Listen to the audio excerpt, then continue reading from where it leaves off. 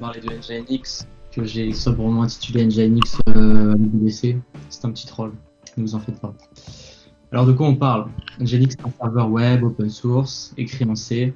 Il est très bien établi, il est là depuis 2004, performant et configurable. Alors ça, c'est pas top de mettre performant sans joindre un petit benchmark, mais disons que Nginx ne sera pas le bottleneck de votre stack et je ne pense pas qu'un jour vous vous dites oh, Nginx n'est pas assez performant, il faut que je change de serveur web.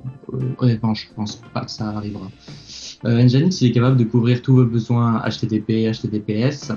Il vous permet de faire aussi bien du serveur web que du reverse proxy, que du load balancing. On verra tous ces use cases au fil du run.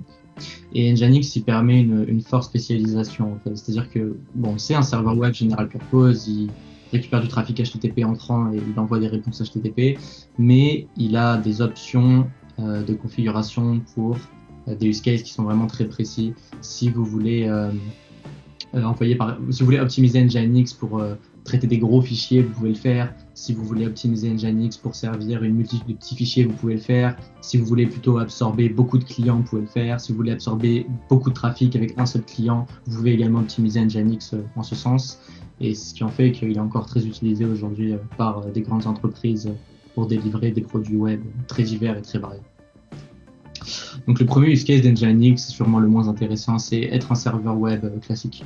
Donc un serveur web, qu'est-ce que c'est de manière très simple, c'est simplement quelque chose qui récupère des requêtes HTTP, vous envoie une réponse. Ces réponses HTTP, généralement, elles permettent de faire le transport de pages HTML que votre navigateur peut afficher. Un serveur web aussi, on attend de lui qu'il soit capable d'exécuter du PHP. Généralement, ça se fait via des librairies et des modules externes. Permet d'avoir des pages dynamiques, etc. Comme on l'a toujours fait. Rien de vraiment intéressant ici, je passe assez rapidement. Voilà un snippet de configuration Nginx sur un serveur web classique où on sert des pages en HTML. Ici, on peut voir le verbe listen. J'écoute sur le port 443, je suis en SSL, je supporte HTTP2. Server name, c'est le nom de domaine sur lequel ce trafic est traité. Donc ici, c'est thecrazy.dev. Route, c'est le dossier qui indique, c'est une indication de où sont mes fichiers HTML. Donc ici, on voit le dossier. Index, c'est le fichier qui est servi lorsqu'on fait un appel sur juste slash, on ne précise pas slash, index.html. Try-file, c'est un ensemble de règles qui expliquent les étapes que Nginx traverse lorsqu'il faut servir un fichier HTML. Il commence par rechercher index.html, ensuite il va chercher une URI. L'URI, donc c'est ce que vous avez après le slash, après le nom de domaine. Donc il cherche ce qui correspond à ce bout d'URL.html. Si ça n'existe pas, il essaie de trouver un dossier qui correspond à ça. Sinon, il plaque l'URI, il voit ce qui se passe. Sinon, c'est une 404. Error page, vous pouvez comme ça customiser vos pages d'erreur pour tout ce qui est 404, 501, 502, 503. Et access log et error log, ça vous permet de loguer le trafic. Je sais que c'est rare de lire les logs web quand on développe, quand on travaille avec des frameworks genre JavaScript, genre Express, des trucs comme ça. Souvent les logs on les conserve pas vraiment, on les lit pas trop. Mais quand on est en production sur du Nginx, les logs on est obligé de les lire puisqu'on se fait bombarder de trafic indésirable ou on a des bugs en prod, on veut savoir d'où ils viennent, etc. Donc, très important les logs pour le coup. Et Nginx les gère très bien. Autre chose qu'on peut faire avec Nginx comme avec tout serveur web, on peut par exemple ici contrôler les headers qu'on envoie dans les réponses lorsque la ressource qui est requêtée est une ressource longue durée, donc une image, un fichier JavaScript, un fichier CSS, une police de caractères. Donc ici la liste que j'ai mis ICO, CSS, JS, GIF, elle n'est pas exhaustive, j'ai mis 3 petits points, mais vous avez de très bonnes listes sur internet. L'idée, c'est simplement qu'on indique au navigateur que ces ressources-là sont longue durée. Il peut les mettre en cache de son côté, côté client. Et on l'invite donc à ne pas nous requêter à nouveau ces requêtes-là, ces ressources-là, lors des requêtes suivantes. Ça nous permet d'économiser un petit peu de bande passante et de CPU. Donc le premier use case un peu plus intéressant qu'on va voir avec Nginx, c'est celui du proxy inverse, reverse proxy en anglais. Donc ici, Nginx, il vient se placer devant d'autres services. D'autres services, ça peut être au singulier ou au pluriel. Donc ça permet plusieurs choses. Ça permet d'abord d'avoir plusieurs services sur une seule machine. Ces différents services, ils peuvent être hébergés sur plusieurs noms de domaine, sur un seul nom de domaine, sur des sous-domaines. Tout ça, c'est configurable, c'est comme vous voulez. Le fait d'avoir un seul point d'entrée dans votre application, ça vous permet aussi d'avoir un seul certificat SSL, ce qui peut être une bonne chose. Donc, traditionnellement, on payait les certificats SSL. Aujourd'hui, avec Certbot, c'est plus vraiment le cas. On peut en générer gratuitement autant qu'on veut, mais ça permet d'en générer et d'en maintenir qu'un seul. Également, tous les efforts que vous faites en matière de sécurité pour sécuriser votre application, que ce soit au niveau du ban IP, des IP qui vous DDoS, que ce soit au niveau des vulnérabilités qu'il faut patcher sur vos différents serveurs web, etc. Vous n'avez en fait plus qu'un seul point d'entrée à sécuriser. Donc les efforts que vous avez besoin de faire pour sécuriser votre serveur sont vraiment moindres comparés à si vous avez une multitude de serveurs qui sont ouverts sur Internet. Si vous utilisez Nginx en reverse proxy, vous n'aurez qu'un seul port ouvert, qui est le port 443 HTTPS, que Nginx utilise pour communiquer avec l'extérieur. Éventuellement le port 80, si vous voulez aussi gérer du trafic sur HTTP. Mais le fait d'avoir un seul port ouvert, pareil, en termes de sécurité, c'est quand même quelque chose qui est souhaitable. Et Nginx en reverse proxy se marie très bien à ce modèle de conteneurisation qu'on a en permanence aujourd'hui. On a tendance à tout mettre dans des dockers, à vouloir tout isoler, avoir une instance pour chacun des services, une instance pour la base de données, une instance pour chaque application web, une instance pour chaque service. Le fait d'avoir un reverse proxy, c'est ce qui permet de élégamment exposer tout ça sur Internet. Et le reverse proxy, c'est aussi la source de plein d'autres use cases, notamment le caching et le load balancing qu'on va voir un petit peu après. Et ce concept de reverse proxy il est vachement important. J'ai écrit un article entier dessus, donc vous avez le lien ici si vous n'êtes pas familier avec ce domaine. Le reverse proxy, c'est ce qui est vraiment la base de tous ces systèmes comme Kubernetes, qui fonctionnent avec des ingress, etc. C'est vraiment important que vous soyez à l'aise avec ce concept si vous voulez aller plus loin dans le DevOps. Ici, je vous ai mis un petit exemple de conf en reverse proxy. Donc ici, j'ai un service Go qui tourne à l'URL indiquée par ProxyPass sur cette ligne-là. C'est un conteneur Docker qui est lancé en local sur le port 6000. Moi, je suis en écoute sur Internet, sur le domaine ppm.2gos.com, en 443 SSL toujours. Et en fait, tout le trafic entrant venant de ce nom de domaine va être ProxyPass, donc va être directement envoyé à mon conteneur Docker qui lui pourra faire le gros du travail et me renverra la réponse. Et moi, je renverrai la réponse finalement au client qui l'a requêté en premier lieu. Donc là, pareil, on retrouve le access log et le error log que j'ai évoqué tout à l'heure. Donc on se rend compte que là, on peut gérer les logs au niveau de Nginx en fait. On n'a pas besoin de se prendre la tête à les gérer dans différents langages de programmation, genre Go, Node.js ou quoi. On peut juste tout gérer au niveau de Nginx et ensuite les logs sont tous agrégés. On peut faire des gros greffes dedans, faire des filtres et tout, c'est plutôt pratique. Il y a un fichier que j'include ici. Nginx vous permet d'inclure des fragments de configuration dans d'autres fragments. Juste par souci de clarté, je vous ai mis le contenu de ce fichier-là. En fait, c'est simplement des headers que je set avant de forward le trafic à mon reverse proxy, à mon service, pardon. Et derrière, mon service est configuré pour lire ces headers-là et les utiliser à bon escient. Mais c'est juste par souci de clarté, c'est pas très important en réalité. Passons au load balancing, un autre use case plutôt intéressant. Le concept du load balancing, c'est d'avoir plusieurs instances d'un même service et d'utiliser Nginx pour dispatcher le trafic entrant à ces différents services. Donc l'objectif, c'est d'absorber un fort trafic. Si tout d'un coup, j'ai un nombre gigantesque de clients qui veulent tous accéder à un même service, il est possible que mon service ne soit pas capable de traiter toutes ces requêtes en même temps. Donc, je vais faire spawn 2, 3, 4, n instances de ce service-là et Nginx va pouvoir intelligemment dispatcher tout ça entre les différentes instances et ainsi tous les clients seront servis et seront contents. Nginx est capable de travailler aussi bien des instances locales que des instances distantes. Donc une instance locale, c'est par exemple le fait d'avoir plusieurs conteneurs Docker sur la même machine. Des instances distantes, ce serait un sous-réseau par exemple avec différentes machines, ou même des machines qui sont exposées sur Internet vers lesquelles vous routez du trafic. Là pareil, on a un feeling très Kubernetes. En effet, load balancing est un concept que Kubernetes exploite à fond. Donc ici, j'ai simplement copié-collé un morceau de la doc d'Nginx. Je vous ai pas mis une conf custom. Et vous voyez que même juste comme ça, si vous n'utilisez pas Nginx, vous comprenez vraiment le sens de cette configuration. Et je voulais vous montrer que même si vous n'êtes pas vraiment formé à utiliser Nginx, il ne faut pas que vous ayez peur de l'utiliser, parce que c'est quand même des fichiers de configuration qui sont polis depuis des années, ils sont très explicites. Donc on retrouve par exemple le ProxyPass que je vous ai dit tout à l'heure, le myapp1 que vous voyez ici, on comprend que ça fait référence au upstream là. On comprend que les 3 lignes de serveurs qui sont ici, ce sont en fait les 3 serveurs distants vers lesquels on va vouloir router du trafic. Donc vous voyez que voilà, même si vous n'avez pas lu toute la page de documentation, vous comprenez un petit peu ce qui se passe. Et après, à partir de là, ce sera très facile de vraiment configurer pour ce que vous voulez faire. Troisième use case qu'on va voir aujourd'hui, c'est le caching. Donc ça, c'est un de mes préférés.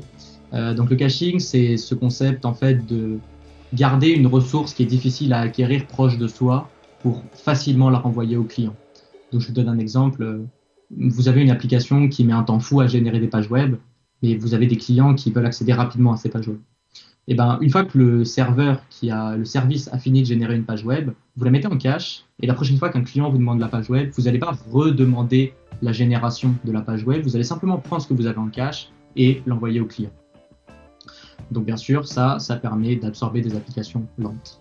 Donc Nginx propose principalement 2 modules de caching. Le premier c'est Proxy Cache qui fonctionne en HTTP et le deuxième fait FastCGI Cache qui fonctionne en FastCGI. Donc FastCGI, Fast Common Gateway Interface, c'est ce qui est utilisé en gros par PHP pour faire parler des serveurs web et PHP.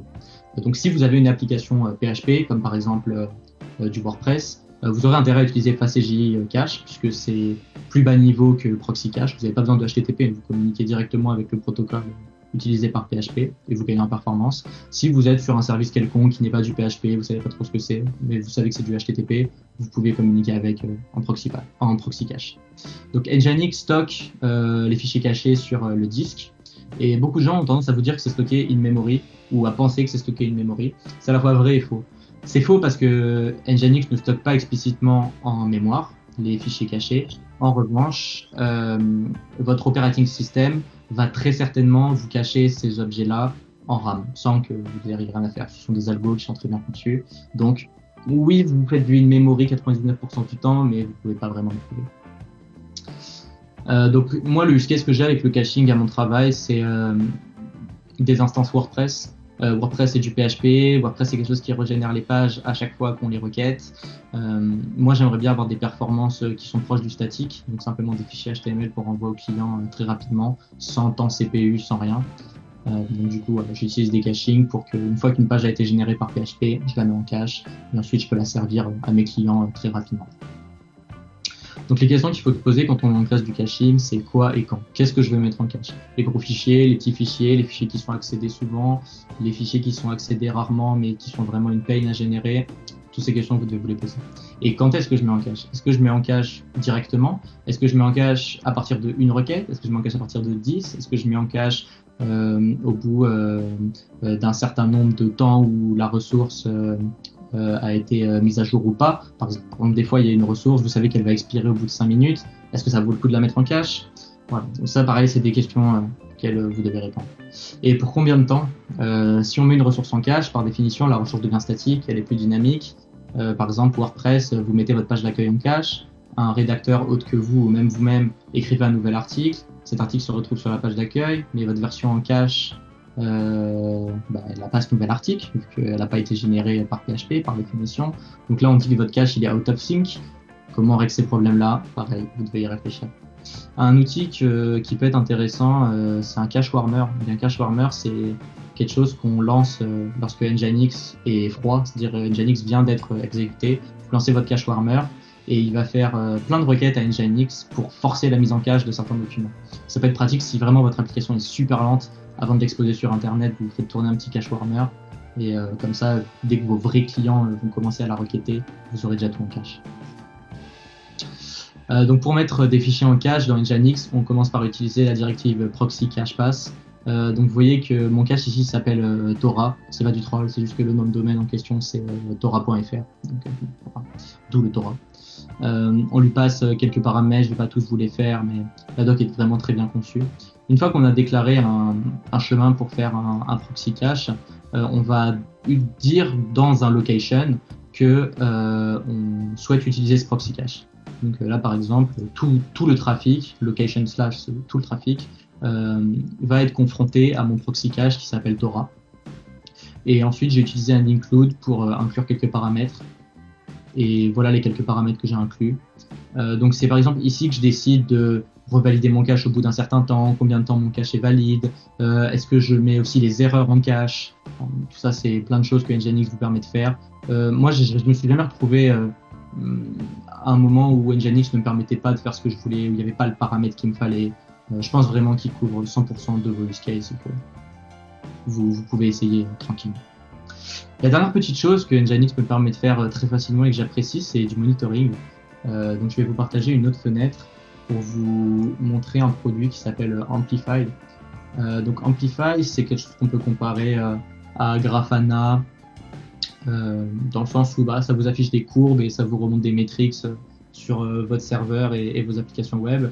Mais l'immense différence, c'est que contrairement à Grafana qui est agnostique de la donnée qu'elle vous affiche, Amplify est très très fortement couplé avec Nginx. En réalité, c'est l'entreprise Nginx qui fournit Amplify. Donc ça s'installe en 2 coups de cuillère à peau, c'est juste 1 ou 2 commandes à lancer. Et ensuite, automatiquement, vous avez tous ces graphes qui vous remontent toutes les métriques possibles et imaginables sur votre serveur. Vous pouvez traquer les 404, les 500, le volume de RAM utilisé, le CPU, le load average, le nombre de requêtes que votre serveur doit traiter au fil du temps. Moi, par exemple, je m'en servais aussi pour traiter les cache miss et les cache hits. Il y a cache miss quand j'ai servi une requête alors qu'elle n'était pas en cache, et il y a cache hit quand j'ai réussi à servir une requête parce qu'elle était en cache. Vous voyez que là c'est à 0, parce que c'est quelque chose que je fais plus aujourd'hui, je suis en train de migrer vers une autre solution, mais peu importe, Nginx vous permet de le traiter.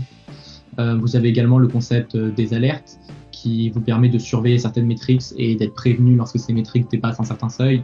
Donc moi, par exemple, je demande à être prévenu quand il y a beaucoup de disques utilisés, quand il y a beaucoup de RAM utilisés, quand il y a trop d'erreurs 500. Et ces erreurs-là, ces alertes-là, pardon, elles peuvent vous être envoyées sur Slack, par mail, elles peuvent vous réveiller la nuit. Comme ça, vous êtes vraiment esclave de la machine et c'est un vrai plaisir. Quelques petits avantages divers sur Nginx. Il s'intègre à Certbot pour générer des certificats SSL, pas de configuration, toujours un plaisir. C'est un service systemd, donc c'est pas comme un truc Node.js où vous faites Node mon serveur.js et derrière vous savez pas où le lancer, vous savez pas où il est, est-ce que je le lance dans un tmux, est-ce que j'installe PM2, enfin, voilà. Là non, c'est un service systemd, ça tourne en background, ça démarre avec la machine, il n'y a pas de débat. La documentation est très bien fournie, comme je disais, c'est un vieux logiciel qui est très éprouvé. Vous mettez vraiment les pieds dans quelque chose de solide. Et beaucoup de snippets sur Stack Overflow. Dès que vous tapez un petit peu ce que vous voulez faire, vous aurez le bon snippet avec des explications et des gens très consciencieux qui vous expliquent ce que fait chaque verbe, chaque paramètre. Donc n'ayez pas peur d'utiliser Nginx, même si ça a l'air compliqué au début, on vous cover. Voilà, si vous avez des questions, avec plaisir.